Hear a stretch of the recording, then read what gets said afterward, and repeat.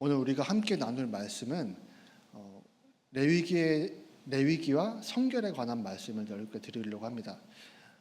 많은 성도님들께서 거룩이라는 단어 많이 들어보셨을 겁니다. 지금 저희가 레위기를 다루고 있기 때문에 거룩에 대한 개념을 조금 잡으셨으리라 생각합니다. 우리가 레위기를 바라볼 때 거룩이라는 단어를 바르게 알지 못하면 신앙생활 하는데 굉장히 어렵습니다. 여러분들 거룩을 굉장히 많이 사용하시죠? 많이 들어보셨죠? 혹시 제가 말씀 묵상을 따로 하거나 거룩을 입에서 하지 않으시면은 성도님들은 말할 기회가 많이 없을 수 있습니다. 그런데 목사님들이나 전도사님은 거룩을 정말 많이 얘기합니다. 거룩하십시오. 성경을 읽으면 거룩하라는 말이 정말 손쉽게 아주 간단하게 다가옵니다.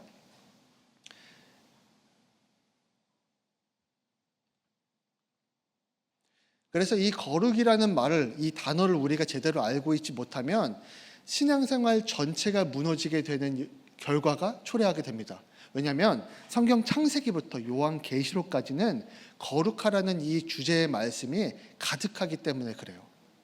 성도가 예수님을 믿는다고 하는데 교회 다니는 사람이 거룩이라는 단어를 모르거나 오해하고 있으면 골치 아파집니다. 진짜 골치 아파져요.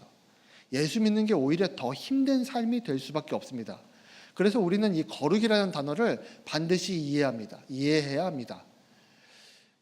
이 성경에 많이 기록되어 있고 창세기부터 요한계시록까지 되어 있는 이 거룩이라는 이 주제는 우리의 삶에도 정말 중요하게 작용하고 있습니다. 거룩을 모르면 우리의 그리스도인의 성도의 삶은 아무것도 아니에요. 거룩을 모르면 아무것도 아닙니다. 이단에 빠질 수 있어요. 어쩌면 내가 복음에 따를 수 있습니다. 내가 생각하는 게 복음이에요. 성경에 그렇게 써 있어도 누가 이렇게는 못하지 하면서 내가 생각했던 복음, 내가 합리적으로 생각한 복음을 따르는 사람들이 많아집니다. 제가 유튜브를 하고 있어요. 믿음이라는 콘텐츠로 제가 여러 성도님들에게, 예수 믿는 사람들에게 복음을 전하고 있습니다. 그런데 믿음이라는 단어도 자기들이 생각한 그 믿음을 얘기해서 저희들에게 일주일에 한 번씩 꼭 안티의 댓글이 나옵니다. 거짓말 아닙니다. 정말 일주일에 하나씩 와요. 어떤 분은 어떤 목사님께서도 저에게 그런 얘기를 하시더라고요. 그런데 재밌는 게 있습니다. 이 거룩이라는 단어로도 영상을 만든 적이 있어요. 거룩은 여러분들이 거룩하십니까? 하나님이 거룩하십니까? 우리 태동교회 성도님들은 잘 알고 계시네요. 그런데 대부분 많은 사람들이 나는 거룩하다라고 생각을 해요. 왜 그렇게 될까요? 왜 그런 오해가 생겼을까요? 저희는 예수님과 함께 동행한다는 이야기로 태성교회는 계속 목사님과 전도사님 제가 얘기를 하고 있어요. 그런데 이 거룩이 하나님의 성품, 오직 거룩하신 분은 하나님이라는 생각을 잊고 살게 된다면 내가 예수님을 믿음으로 내가 거룩해진다고 생각해요. 내가 거룩해진다고 생각해요. 나의 존재가 완전히 바뀌어서 거룩해진다고 생각하는 거예요. 거룩은 누구의 성품이에요? 하나님의 성품이에요. 오직 하나님만 거룩하다고 말해요. 성경 어디에도 우리가 거룩하다라는 것을 하나님 떼놓고 얘기한 적이 없습니다. 오히려 성경에서는 거룩하게 살라라고 얘기해요. 그런데 많은 성도님들이 예수님을 믿으면 내가 거룩해진다라고 생각합니다. 왜 그러냐면 이렇게 생각을 하고 있는 거예요. 여러분들 TV를 샀어요. 한 75인치 TV를 샀습니다. 엄청 커요. 기분이 좋아요. 그러면 상자 안에서 무엇이 같이 딸려오냐면 리모컨이 딸려옵니다. 아시죠? TV를 사면 리모컨 따로 사야 되나요? 아닙니다. TV를 사면 리모컨이 딸려옵니다. TV만 그런가요? 아닙니다. 여러분들 핸드폰 사실 때 있죠. 핸드폰 사시면 여러분들은 고성능 디스플레이를 같이 받게 됩니다. 무슨 얘기냐면 핸드폰을 사서 내가 전화를 하는데 용도로 사용하기 위해서 샀는데 내가 그걸 유튜브 보고 있다고요. 그죠? 걸어다니면서 컴퓨터 하나를 갖고 다니는 거예요. 여러분들 갖고 계시는 핸드폰 보통 기본적으로 120만 원 이상 합니다. 비싼 거는 400만 원, 500만 원도 해요. 그러니까 예수 믿는 사람들이 예수님을 믿는다라고 생각을 하면서 자기 자신은 자연스럽게 당연히 거룩해진다라고 생각을 합니다. 그런데 애석하게도 성경에서는 그렇게 말하고 있지 않아요.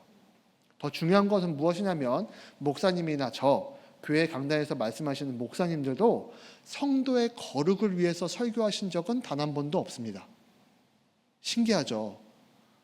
여러분들이 거룩하기 위한 방법을 설교하는 건 그건 잘못된 목사님이에요. 죄송합니다. 왜냐하면 목사님들이 설교하시는 그 설교는 분명한 목적을 가지고 있어요. 무엇이냐면 성결한 삶을 살도록 하는 것이 저희 목사님이나 전도사님들이 이 강단에서 하는 그 설교의 주제예요. 여러분들의 삶이 성결하게 되는 것이 목표입니다. 여러분들이 거룩하게 될 수가 없어요. 그건 목사님이나 전도사님은 이미 공부해서 알고 있어요. 그래서 여러분들이 거룩하신다라고 얘기하는 그것은 말에 오해가 있을 소지가 있지만 목적이 아니라는 거예요. 여러분들의 삶에, 우리 성도님들의 삶에, 목사님도 포함이고 저도 포함입니다. 우리들의 삶에 성결이 임하는 삶, 성결의 열매가 맺히는 삶이 목표예요. 우리의 삶은 그게 목표입니다. 그런데 재밌는 게 있습니다. 성경에서 성결할 수 있는 방법을 얘기하지 않은 책이 없어요. 성결해서 거룩하게 사는 방법을 말하지 않은 책이 없어요. 어느 책이든지 거룩할 수 있는 방법을 말해놨습니다. 대표적으로는 모세오경을 들어볼게요. 모세오경에는 우리가 성결한 삶을, 성도가 거룩한 것이 아니라 오직 하나님만 거룩한데 그 거룩한 하나님을 우리가 곁에 두면, 곁에 우리가 딱 붙어 있으면 우리를 뭐라고 불러주시냐면 거룩한 백성이다 이렇게 불러주신대요. 그것을 가장 잘할 수 있는 책이 레위기예요. 그래서 제가 여러분들께 레위기를 먼저 이렇게 강의하는 겁니다. 레위기를 모르면, 레위기를 제대로 모르고 있으면 믿음이 흔들립니다. 내가 예수님을 믿는다라고 생각해요. 여러분들 혹시 포도나무의 가지가 포도의 열매를 많이 맺힌다고 하는 설교 들어보신 적 있죠? 근데 마치 이 포도나무의 가지가 의지가 있는 것처럼 설교하셨던 그걸 들어본 적이 있을 거예요. 그러니까 무슨 얘기냐면 이 가지가 나는 열매를 많이 맺힐 거야. 나는 열매를 많이 맺히겠어. 반드시 열매를 맺힐 거야. 라고 해서 열매가 맺힐까요? 여러분들 농사 져보셔서 알잖아요. 여러분들 노동해보셔서 알잖아요. 월급이 공짜로 나옵니까? 아닙니다. 나의 삶에서 기쁨이 공짜로 나오나요? 아니에요. 포도나무의 가지는 나무에 붙어 있으면 이 줄기가, 나무가 포도나무 가지를 통해서 열매를 맺게 하는 거예요. 이 가지는 아무 의지가 없어요. 아무 노력이 없어요.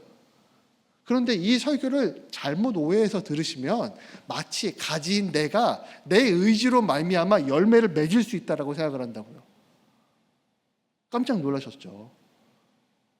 우리는 이 포도나무의 열매 가지, 내가 열매를 많이 맺어야 된다, 이 생각을 나의 의지로 이것이 가능하다고 생각을 합니다. 그런데 시작부터가 잘못됐어요. 레위기에서도 이 부분을 가장 먼저 설명하는데 레위기를 빼놓고 성경을 읽으니까, 율법과 제사를 빼놓고 성경을 읽으니까 내가 거룩해질 수 있다고 생각을 하는 거예요. 내가 말씀을 열심히 보면 거룩해질 수 있다. 하나님의 말씀을 내가 알고 내가 기도하면 거룩해질 수 있다라고 생각을 합니다. 나중에 이 디모데전서 4장 이 말씀을 제가 따로 잠깐 얘기해 드릴게요. 성경에서는 우리를 세 가지의 분류로 나누게 됩니다. 제가 이거는 설명을 한번 드렸기 때문에 빠르게 이야기할 겁니다. 우리는 무한한 가능성을 가지고 있는 정결한 상태에 있습니다. 깨끗한 상태로 창조되었고 우리는 깨끗한 상태로 있는 것이 예배를 드리거나 말씀 묵상을 하거나 기도를 하거나 이런 여러 가지 경건 생활로 정결하게 될 수 있어요. 그런데 이것은 분명히 아셔야 돼요. 기독교가 아니어도 정결한 상태, 깨끗한 상태, 마음이 가뿐한 상태를 유지하는 건 가능합니다. 요가하는 사람도 가능해요. 저기 열심히 산에 있는 절에 올라가서 108배 드리시는 분들도 마음의 평화를 얻습니다. 마음이 깨끗한 상태, 가뿐한 상태를 되는 건 세상의 모든 경건 활동이면 다 돼요. 저희가 선택한 경건 활동은 말씀 묵상, 기도, 그리고 우리가 함께 말씀을 예배에도 나와서 목사님의 말씀을 듣는 이런 경건 활동들이에요. 그런데 이 정결하는 것은 모든 사람들이 가능한데 중요한 것은 무엇이냐면 정결은 무한한 가능성을 가지고 있어요. 이 말을 잘못 들으면 이 말이 나빠지면 어떻게 되냐? 부정을 만나게 돼요. 부정을 만나요. 여러분들 부정적인 감정 얘기 들어보셨죠? 거기에 나오는 부정이에요. 내가 나쁜 것 이런 게 그런 게 아니라 내가 힘들다, 어렵다, 고통스럽다, 누군가 헌담하는 사람과 가까이 와서 나도 같이 헌담하고 있다. 이런 부정적인 걸 얘기하는 거예요. 이 부정. 이게 이해가 좀 편하시죠? 더러운 것만 얘기하시는 분들도 있어요. 의학적인 부분으로 다루신다면 그렇게 해석하셔도 됩니다. 그러나 제가 볼 때는 부정적으로 표현하는 게 이해하기 더 편할 것 같아요. 성도님들이 그런 데서는 경각심을 갖지 않거든요. 남 헌담하는 거 같이 앉아서 하더라고요. 권사님인데. 다른 내 아이에게 넌 왜 그 모양이니? 라고 얘기하더라고요. 장로님인데. 넌 어떻게 그렇게 살려고 하니? 라고 얘기하시더라고요. 명예장로다 되셨는데. 그러니까 이 정결, 내 마음이 가볍게 되고 깨끗해지고 기분 좋아지는 이 상태는 무한한 가능성을 갖고 있어서 부정을 만나면 부정이 깨어져 부정으로 곤두박질 칩니다.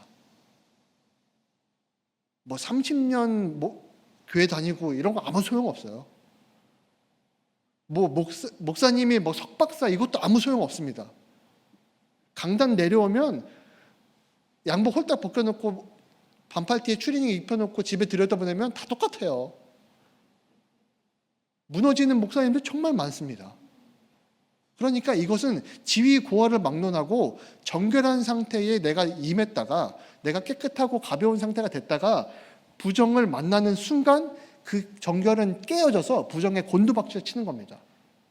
그러니 내가 예배를 열심히 드린다고, 내가 헌금을 열심히 하거나 교회 봉사를 열심히 한다고, 정결한 상태를 열심히 유지한다고 해서 내가 부정을 만나서 이길 수 있는 힘이 없다는 거예요.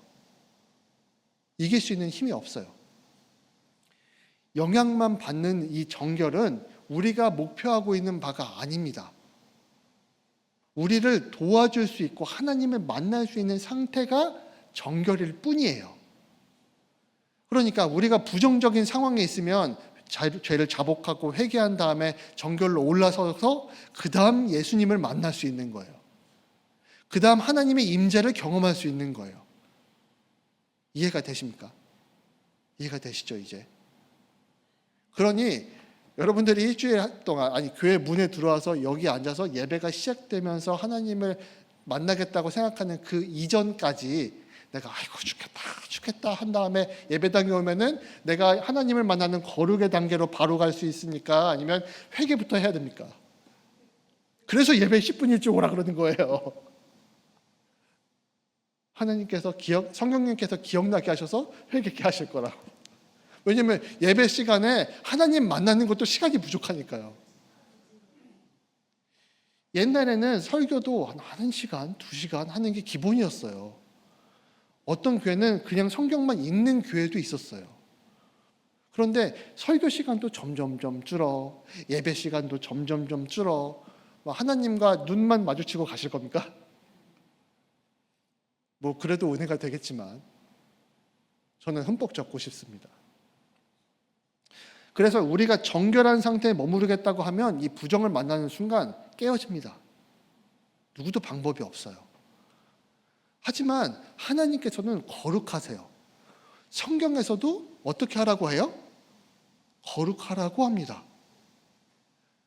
성경을 조금 연구하신 분들이라면 하나님께서 거룩하라라고 얘기하신 이 대목에서 뭐라고요? 하나님 다시 한번 말씀해 주세요. 저 부정에서 정결로 올라오는데도 정말 일주일 동안 힘들었어요.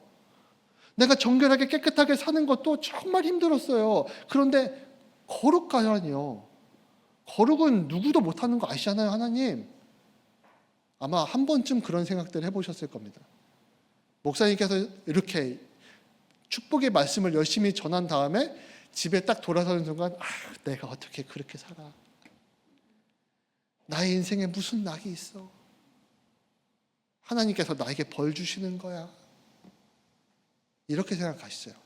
하셨던 적이 있을 거예요. 제가 예수님 믿고 나서, 예수님을 만나고 나서 전도사가 되고 신학을 시작하기 직전이었어요. 신학을 시작하기 전에 마음을 결정하고 하나님이 신학교에 보내주시면 그때 가야지라고 생각하는 그때에 가장 중요한 질문과 대답이 필요했습니다. 가장 중요한 질문. 제가 우리 목사님께서 계속 앞에서 설교하실 때마다 앉아 있으면서 궁금했던 그거. 다른 목사님들 설교를 듣고서 저기 앉아 있으면 저 목사님이 저렇게 얘기하시는데 바로 궁금했던 그거, 이거예요. 내가 저렇게 살 수 있나? 내가 저렇게 살라고, 나보고 저렇게 살라고 말씀하시는데 내가 저렇게 살아서 하나님이 주시는 평안으로 절대로 흔들리지 않을 수 있는 방법이 있을까? 그렇게 할 수 있을까? 종교개혁자들 우리가 대표적으로 얘기하시는 세 분이 있습니다. 첫 번째는 마틴 루터.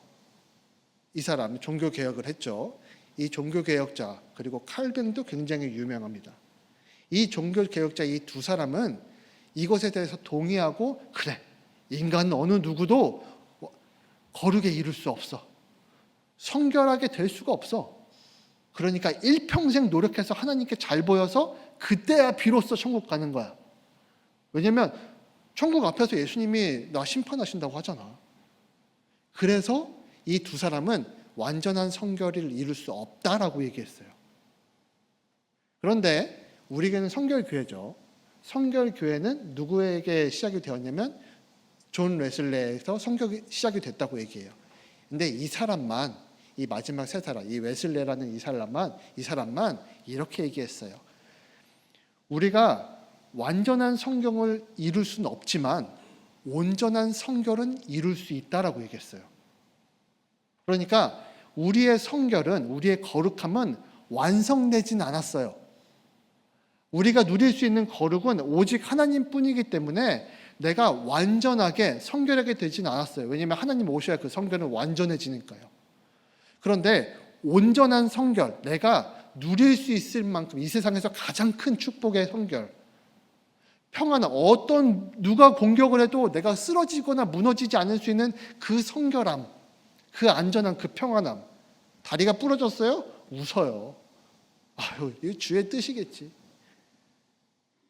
누군가 다쳤어요? 누군가 돈이 갑자기 많이 필요해서 내가 모든 걸 다 잃게 됐어요? 웃어요.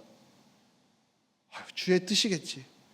주께 나 죽이신 적이 없는데, 지금까지 나를 지키셨는데 내가 앞으로의 하나님을 의심하랴. 이렇게 생각합니다. 온전한 성결을 누릴 수 있다라고 얘기하는 게 웨슬레고 우리 성결교단의 시작입니다. 분명히 아셔야 돼요. 온누리도 이런 복음이 없어요. 이런 복음이 없어요. 여러분들이 완전한 행복과 평안을 누릴 수 있어요 라고 얘기하는 교단은 오직 성결교단 하나입니다. 존 웨슬레가 얘기한 그 성결을 우리가 지키며 살고 있는 거예요. 다른 교단, 감리교가 웨슬레가 시작했다고 얘기하죠. 죄송하지만 감리교에서는 이 교리를 빼버렸습니다. 그러니까 인정은 하지만 교리에서는 빠졌어요. 그래서 감리교가 그렇게 이상해졌습니다. 죄송합니다. 그래서 이 성결을 전 참 좋아합니다. 왜냐하면 이 땅에서 평안을 누릴 수 있다고 하니까 저는 좋더라고요. 제가 설교하거나 이렇게 강의를 할 때, 성경을 강의할 때 성도님들에게 여러분들 예수님께서 완전한 성결과 완전한 기쁨을 주실 거예요. 이렇게 얘기하는 기쁨을 뭐 아시겠어요? 여러분들 자녀에게 야, 너 잘 살 거야. 너 지금 보니까 너 내 아들이잖아. 내가 약속하는데 너 잘 살 거야. 이렇게 얘기하는 기쁨 아시겠어요? 내가 널 위해 기도해. 내가 너와 함께 할 거야. 내가 하늘나라 가도 널 위해 기도한다. 이렇게 얘기할 수 있는 기쁨을 아시겠어요? 이 자녀가 그래, 우리 엄마가 날 위해 기도하지, 우리 아빠가 나를 지켜주시지, 이렇게 생각하는 평안을 누릴 수 있다는 것처럼 이 땅에서 너는 온전한 성결을 이룰 수 있다라고 얘기하는 거예요. 하나님께서는 그걸 아시기 때문에 우리들에게 거룩하라라고 말씀하십니다.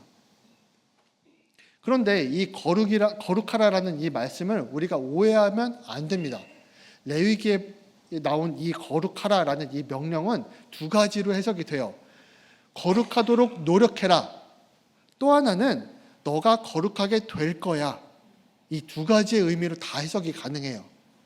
저는 지금까지 너는 거룩하도록 노력해라 라는 설교의 내용을 참 많이 들었습니다. 하지만 저희 아버지는 더 이상 그렇게 설교하지 않으세요. 저희가 노력으로 될 수 없다는 걸 아셨어요. 저도 그 말을 듣고 할렐루야 했습니다. 다행이다. 다행이다. 참 다행이다. 태성교회의 성도님들께 이 복음을 전할 수 있어서 참 다행이다. 여러분들 진짜 평안이 있어요. 진짜 평안을 주셨어요. 여러분들이 함께하는 이 거룩한 하나님의 옆에 딱 붙어 있으면 열매가 자동으로 맺혀져요. 근데 그걸 깨닫지 못하게 하는 그런 영혼들이, 존재들이 있다는 거예요. 우리를 뿌리째 흔들려고 하는 정죄함의 화살을 날리는 존재가 있다는 거예요. 레위기는 하나님과 함께 할 수 있는 방법, 이 부정에 빠진 이 사람이 정결하게 돼서 하나님과 함께 할 수 있는 이 방법을 제사로 말한 거예요. 제사로 말한 후에 레위기 후반부에는 어떻게 하면 이 제사를 완성해서 나의 삶에도 제사를 완성한 사람으로 살 수 있는가, 거룩한 성도로 살 수 있는가에 대한 내용이 나와요. 어떤 성경도 앞에 교리를 말하고 그 후에 실천을 얘기하지 않은 성경이 없어요. 그러니까 성경 앞부분만 읽으면 되겠어요? 안 되겠어요? 지금 우리가 이 제사에 대해서 말씀을 드렸는데, 이 제사를 드린다는 건 무엇이냐면 내가 죄를 사하는 그런 게 하나님이 원하시는 정도가 아니에요. 하나님은 원하시는 거는 죄를 사해주고 용서를 하나님께 구하고 난 다음에 하나님이 그 죄 없는 걸로 쳐줄게 해서 얘를 내 옆에 두는 게 하나님의 목적이에요. 제가 말씀드렸죠. 출애굽기는 이름이 출애굽기라서 그렇지 출애굽이 하나님의 원하시는 목표가 아니었어요. 이스라엘 백성을 출애굽의 목표가 있는 게 아니라 하나님의 주신 안식의 땅 가나안으로 얘네를 집어넣는 게 목적이에요. 목표예요. 여러분들께 여쭤보겠습니다. 예수님이 우리를 위해 십자가에 못 박혀 돌아가셨어요. 우리는 죄사함을 받았습니다. 그러면 우리는 예수님께서 죄사함 받는 것만 목표로 하셨을까요? 무엇을 목표로 하셨을까요? 예수님이 하나님이시기 때문에 하나님과 함께해서 그 구원을 넘어선 평안과 안식과 기쁨을 누리게 하는 것이 하나님의 목표시겠죠. 예수님의 목표, 예수님이 십자가에 못 박혀 죽으신 것은 이들의 죄를 사하는 정도가 아니에요. 너희가 불쌍해서 하는 것도 아니에요. 예수님의 목표는 예수님이 하나님 자신이기 때문에 얘네들 죄를 모두 다 없게 한 다음에 예수님이 그들 안에 들어가서 아예 함께 살려는 게 목표예요. 많은 성도님들이 오해하고 있어요. 나는 안 돼. 나는 안 돼. 세상에서 교회를 손가락질할 때 이렇게 욕합니다. 너 교회 다니는 사람이 그래도 돼? 너 교회 다니는 사람이잖아. 이렇게 얘기하면 누구라도 당황해서 이 복음을 잊어버리거나 놓칠 수 있어요. 왜냐하면 평소에 매일 묵상하며 기뻐하며 사는 게 아니잖아요. 누구나 그런 노력을 드리는 게 아니잖아요. 근데 이 노력이 어느 순간에 끝나요. 그게 자연스럽게 바뀌어요. 저와 목사님께서 여러분들께 그 증인의 삶을 말씀드리는 거예요. 아무튼 이 제사를 드리는 것은 하나님과 함께하기 위한 목표를 위한 도구일 뿐이지 이 제사가 목표가 되지 않아요. 목적이 되지 않아요. 깨끗하게 해주시는 것이 목적이 아닙니다. 하나님 곁에 머무는 것이 우리들에게 있어서 거룩하게 될 수 있는 유일한 방법이에요. 우리가 거룩하게 될 수 있는 유일한 방법, 신약에서는 죄를 자복하고 회개하는 것이라고 말합니다. 승주와 설아가 제가 없을 때 엄마에게 큰 소리치고 막 나쁜 짓을 합니다. 그러면 제가 그것에 대해서 무작정 혼내겠어요? 아니요. 쟤네들이 와서 저 이거 잘못했어요, 용서해 주세요라고 얘기하면 용서해 줍니다. 하물며 저도 그렇게 하는데, 천지를 창조하시고 모든 만물을 경륜하시는 하나님 아버지께서 나를 내가 하나님 저 이거 실수했어요, 잘못했어요, 제가 이거 의도하지 않았는데 제가 이렇게 하게 됐어요, 하나님 저를 용서하세요 라고 얘기하면 하나님께서 웃기지 마 이 녀석아, 너는 그냥 다리 몽둥이 탁 한 대 때려야 돼 이렇게 얘기하시겠습니까? 절대 그렇지 않아요. 하나님은 죄에 대해서는 단호하시지만 죄를 지은 사람에 대해서는 긍휼의 마음을 가지고 계시다고요. 그래서 하나님이 우리의 곁에 어떻게 해서든지 두고 싶어 하십니다. 제사를 주셨는데 이것이 지켜지지 않아요. 오히려 레위인들은 이걸 건너뛰어요. 자기 마음대로 바꿔서 섬겨요. 그래서 하나님께서 예수 그리스도의 이 모든 사람을 깨끗게 하실 수 있는 보혈의 피를 준비해 놓으신 거예요. 정확한 때에, 그 타이밍에. 모세오경을 보면 우리가 거룩할 수 있는 방법이 정말 잘 나와 있습니다. 한 권마다 이런 주제로 읽으시면 재밌을 거예요. 창세기는 시간을 거룩하게 드리라고 얘기합니다. 천지의 창조한 때, 그 시간에서부터 지금 우리가 살고 있는 이 시간대까지 이 시간을 거룩하게 드리는 것을 창세기에서는 이야기합니다. 그리고 출애굽기에서는 공간, 내가 죄를 짓고 있던 그 장소나 내가 예배를 드리고 있는 이 교회나 여전히 하나님께서 함께 하시고 있다는 이 거룩함을 깨닫는 것이 굉장히 중요하다고 얘기해요. 그리고 레위기에서는 출애굽기에서 같이 얘기합니다. 출애굽기에는 공간과 또 그 신분, 너가 하나님의 백성으로 하나님이 축복하신 아브라함의 자손들로 있다는 그 공간과 신분에 대해서 읽어보시면 출애굽기는 쉽게 이해할 수 있습니다. 그리고 레위기는 모든 것을 하나님께서 만들어 놓으셨고 모든 것을 우리들에게 축복을 하시지만 분별해서 살아야 하는 이 거룩함을 이야기하세요. 거룩하게 산다는 것은 내가 이것은 하고 이것은 하지 말아야 하고 하는 분별이 필요합니다. 그리고 민수기에서는 자신의 영역, 어느 영역까지, 내가 가정이 있어요? 그럼 그 가정의 영역, 내가 직장을 다닙니까? 그럼 직장의 영역, 내가 좀 더 넓은 영향력을 끼치고 있다면 민수기는 영역에, 하나님께서 이 거룩한 영역을 기억해라 라는 식의 주제로 읽으시면 이해하기가 편해요. 신명기는 종합편입니다.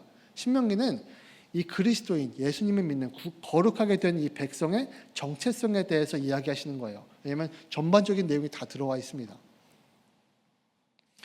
사람들이 이렇게 얘기를 해요. 거룩은 하나님의 은혜, 이것을 기억하셔야 돼요.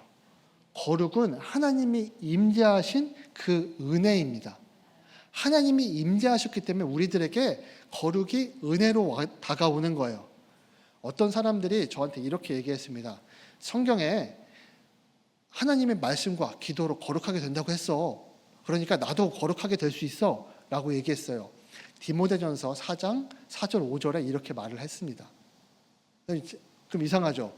전도사님, 제가 분명히 사람은 누구라도 거룩하게 될 수 없다라고 말씀드렸잖아요. 근데 성경에서는 거룩하게 된다고 얘기하네요. 자, 굉장히 충격적인 사실을 말씀드리겠습니다. 성경을 문맥으로 보셔야 됩니다. 한 절 한 절 보면 바보 돼요. 그 말을 듣고 저는 적지 않은 충격을 받았습니다. 도대체 누구길래 여기에 나온 하나님의 말씀과 기도로 거룩하게 된다는 것을 어떻게, 이 성경 자체가, 이 성경이 하나님의 말씀으로 봤을까? 거기에 나오는 하나님의 말씀은 음식법에 대한 이야기입니다. 하나님께서 지으신 모든 것들이 하나님의 말씀으로 지어졌죠. 그렇죠? 그 성경에서는 음식법에 대한 이야기를 쭉 나와요. 그러다가 하나님의 말씀과 기도 이 얘기가 나오는 거예요. 그러니 이 성경을 다 읽어야 모든 음식은 하나님의 말씀으로 지어졌고 모든 음식을 하나님께 감사합니다, 잘 먹겠습니다 이렇게 하는 기도, 그러니까 하나님의 말씀과 기도로 거룩하게 된다는 얘기예요. 그러니까 모든 음식이 하나님이 말씀으로 지어졌기 때문에 거룩해요. 내가 하나님께 하나님 이거 잘 먹겠습니다 라고 드리는 이 기도가 거룩해요. 그래서 이 것들이 거룩하여지는 것이다 라고 얘기하는 거예요. 근데 오해해가지고 사람이 이 성경을 달달달 외우고 있으면, 성경 공부 열심히 하면 거룩하게 되는 줄 알아요. 그래서 성경 공부 정말 1년 360을 열심히 하시는 분들 계시죠. 어떤 분들은 기도해요. 기도하면 모든 것이 다 이루어질 거라고 생각을 합니다. 하나님이 내 편 들어줄 거라고 생각을 해요. 그렇지 않아요. 하나님이 준비를 하셨더라도 기도해야 될 것을 너희가 안다라고 얘기했어요. 그래서 기도하는 것은 우리가 그냥 일상에서 아빠하고 대화하듯이, 남편하고 대화하듯이 그렇게 하는 것이 기도의 진짜 목적이에요.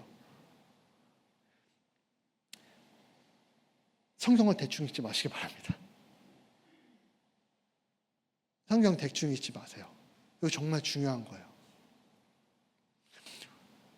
또 그리고 율법과 믿음을 비교해서 이야기하시는 분들이 있어요. 그런데 제가 레위기를 한 이유라고 말씀드렸죠.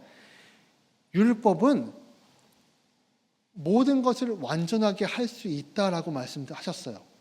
사도 바울도 이미 그렇게 얘기했고, 하나님께서 주신 율법을 그것이 완전하지 못하다라고 얘기하는 것은 유대인들에게도 해당 사항이 아닙니다.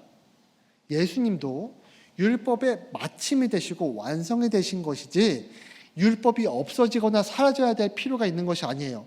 율법의 부정적인 면만 바라봐서는 안 됩니다.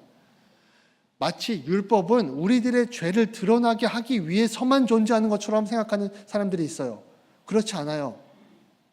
제가 저희 아이들에게 초콜릿은 일주일에 한 번만 먹기, 유튜브는 일요일날 예배 끝나고만 보기, 이런 것들을 다 적어서 아이들에게 줬어요. 저는 법을 줬어요. 규칙을 줬어요. 그러면 초콜릿은 죽을 때까지 먹지 말아야 됩니까? 유튜브는 죽을 때까지 보면 일요일만 봐야 돼요? 아니죠. 제가 이걸 적어서 아이에게 준 목적은 이가 썩으니까, 먹고 이가 썩어서 치과 가면 많이 아프니까, 유튜브만 보고 있으면 공부하고 글씨 읽고 머리에 사고력이 떨어지게 되니까, 그래서 준 거잖아요. 제 의도가 담겨져 있는 거예요. 그런데 율법이 마치 제가 이 아이에게 초콜릿 먹지 마, 일요일날만 유튜브 봐, 이렇게 내 아이에게 준 이 이야기가 이 아이가 그걸 지킬 수 없는 죄인인 것처럼 만들기 위해서 이 규칙을 준 걸로 율법을 포장해서 얘기한다는 거예요. 이해가 되셔요?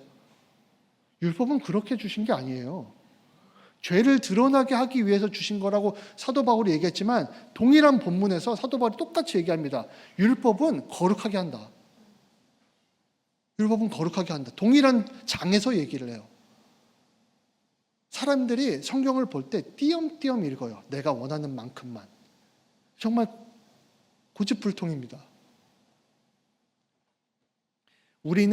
그런데 우리는 이 율법이 거룩하게 하지만, 하나님 곁에 둘 수 있지만, 어느 누구도 이 율법을 다 지켜서 하나님 곁에 계속 머물 수 있는 방법이 없어요. 그래서 우리가 선택한 방법이 이 방법입니다. 이방인들이 선택한 방법이 이 방법이에요. 율법이라는 방법이 있어요. 믿음이라는 방법이 있어요. 이 두 가지의 방법이 있는 거예요. 그런데 말씀하신 이는 한 분 하나님이십니다. 그래서 그 의도가 동일한 거예요.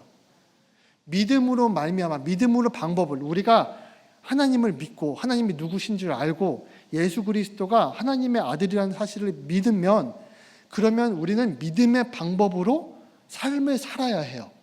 율법의 방법으로는 살 수 없다는 걸 이미 배웠잖아요. 나는 그거 못하겠다. 나는 그냥 믿음의 방법으로 살란다. 그래서 이 율법이 거룩하게 만들 수 있지만, 우리는 율법의 방법을 사용하지 않고 믿음의 방법을 사용하기 때문에 레위기와 동일한 하나님과 함께할 수 있는 동일한 효과를 누릴 수가 있는 거예요. 이걸 오해하시는 분들이 굉장히 많습니다. 율법은 필요 없어. 그러면 어떻게 되냐면 율법에 하나님의 의도가 빠져버리니 믿음에서도 하나님의 의도가 빠져버리는 거예요. 우리가 하나님께서 우리를 구원해 주시는 이유가 우리가 불쌍해서가 되는 겁니다. 사랑해서가 아니라. 성경을 읽을 때 하나님의 마음, 예수님의 마음을 생각하시면서 읽어야 이것들이 이해가 될 수 있는 거예요. 성경에서는 우리가 그냥 믿음으로 살 수 있는 방법을 얘기하시지 않았어요. 믿음으로 사는 것도 불가능할 수 있다는 걸 하나님께서는 아십니다. 그래서 대신 누구를 보내주셨냐면 예수님이 천국으로 올라가시고 바톤 터치 딱 하시면서 보혜사 성령님을 보내주신 거예요. 그러니 여러분들이 노력한 것이 있어요? 없어요? 우리가 노력해서 될 수 있을까요? 안 될까요? 안 돼요. 믿음조차도 내가 지켜나갈 수가 없어요. 그 믿음을 지키고 그 믿음대로 살 수 있는 힘을 성령님이 주시는 거라고요. 성령님이 이것은 안 돼, 라고 깨닫게 하여 주신다고요.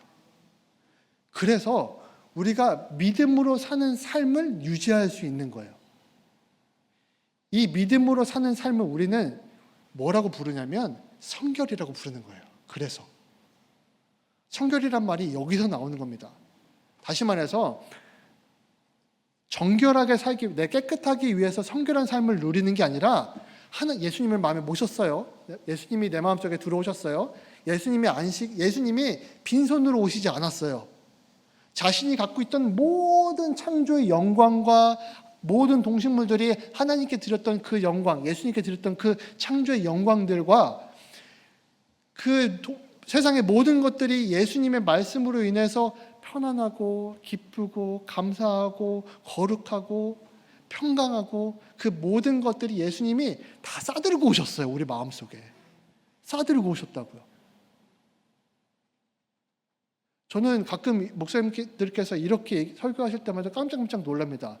예수님이 내 마음속에 오셨는데 내가 기쁨을 위해서 노력을 해야 된다고 얘기하시는 분들이 계세요. 이 아이가 예수님을 믿고 예수님 교회를 열심히 다니고 있는데 어떤 부모가 이렇게 얘기하더라고요. 너 도대체 어떻게 살려고 이래? 내 남편과 우리 함께 교회를 다녀요. 정말 감사하죠. 내 남편이 무엇인가 일을 했는데 당신 도대체 왜 그랬어? 그렇게까지 해야 돼? 아닙니다. 이 사람도 하나님께서 함께 하시기 때문에 평안과 안식을 누리고 있는 상태예요. 만약에 내가 의도하지 않은 바가 있으면 제가 아까 말씀드렸던 하나님께서 하시겠지. 하나님께서 의도가 있으시겠지. 그러면 이 사람이, 내 아이가 그것을 왜 했는지 생각을 해봐야 하는 겁니다.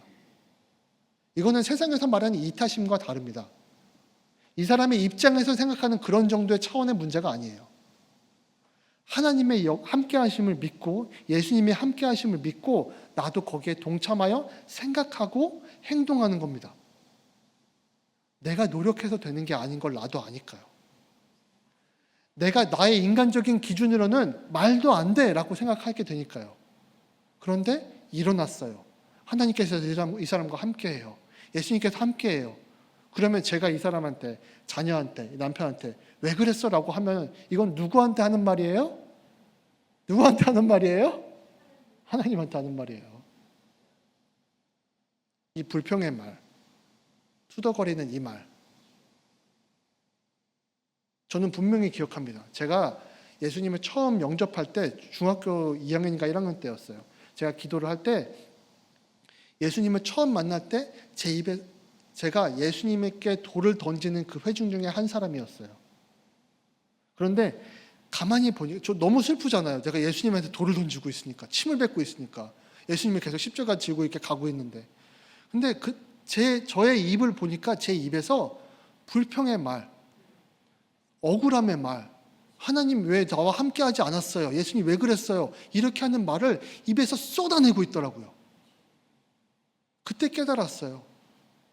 아, 저거는 십자가를 지신 예수님께 돌 던지는 행위구나. 나의 믿음에 반대되는 행동이구나.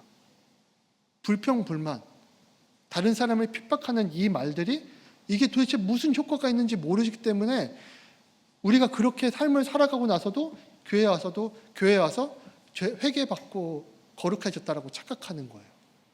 그렇지 않아요.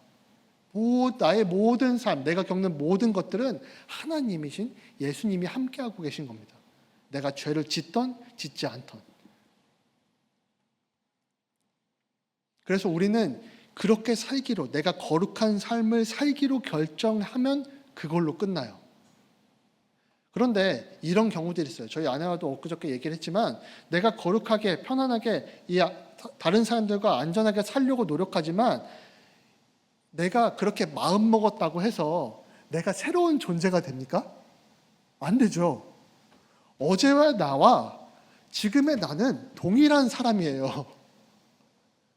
큰 소리 치던 사람이 마음 먹었다고 큰 소리 안 치게 되는 게 아니잖아요.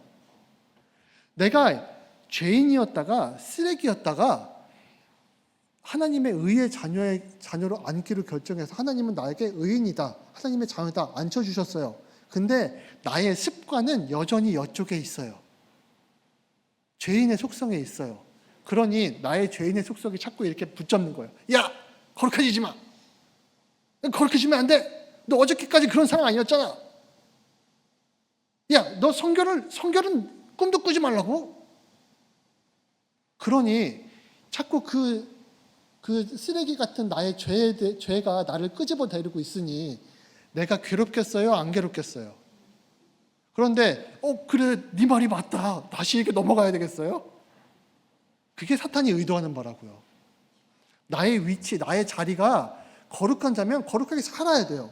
성경에서 기뻐하라는 말이 갑자기 내 마음속에 꽂혔어요. 근데 내가 기뻐하는 삶을 살지 못하고 있어요. 그거 하나님의 뜻이에요.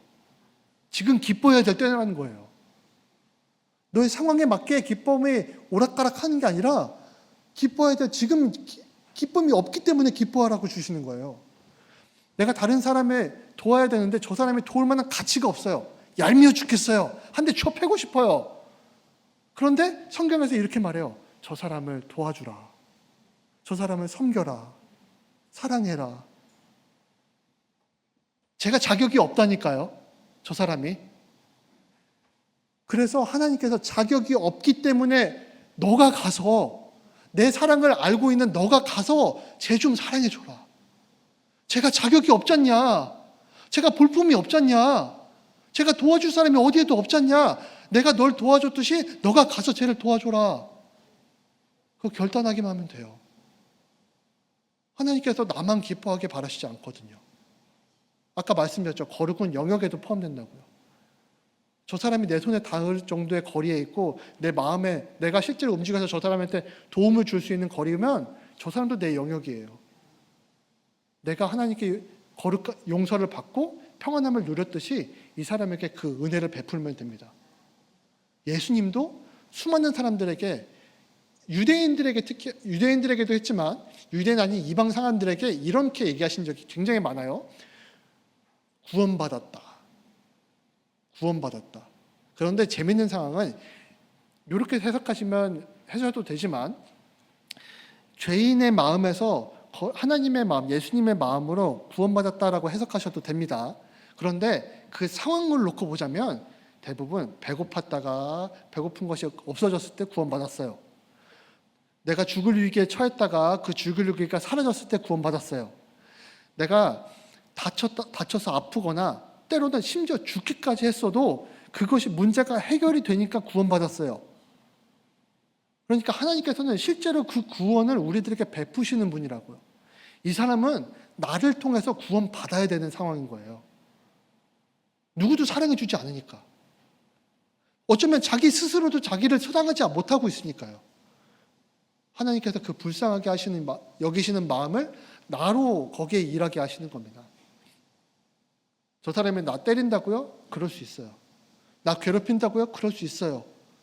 그거 하나님께서 나에게 주시는 어떠한 목적이 있어요. 불쌍하면 도와줘야 돼요. 저 사람이 안타까우면 내가 해줘야 돼요. 그게 결단하는 삶이에요. 내가 노력해서 될 수 있는 게 아무것도 없어요. 이 모든 힘을 나는 그냥 하면 돼요. 내가 그냥 결정한 대로 하면 돼요. 내가 기뻐하기로 결정했다면 그대로 하면 됩니다. 그걸 우리는 성결한 삶이라고 말하는 겁니다. 성결은 아직까지는 미완성됐지만 온전한 성결, 내가 기쁨과 평안한 예수님과 함께하는 이 성결은 누릴 수 있어요. 거룩은 하나님 임재의 은혜입니다. 거룩은 하나님 임재의 은혜예요. 그러나 성결은 그 임재의 열매입니다. 내가 노력하는 게 아니에요. 거룩하신 하나님께 내가 함께 있으면, 거룩하신 예수님과 함께 있으면 자연스럽게 맺히는 은혜임을, 열매임을 깨달아 아시는 우리 태동교회 성도 여러분 되시기 바랍니다.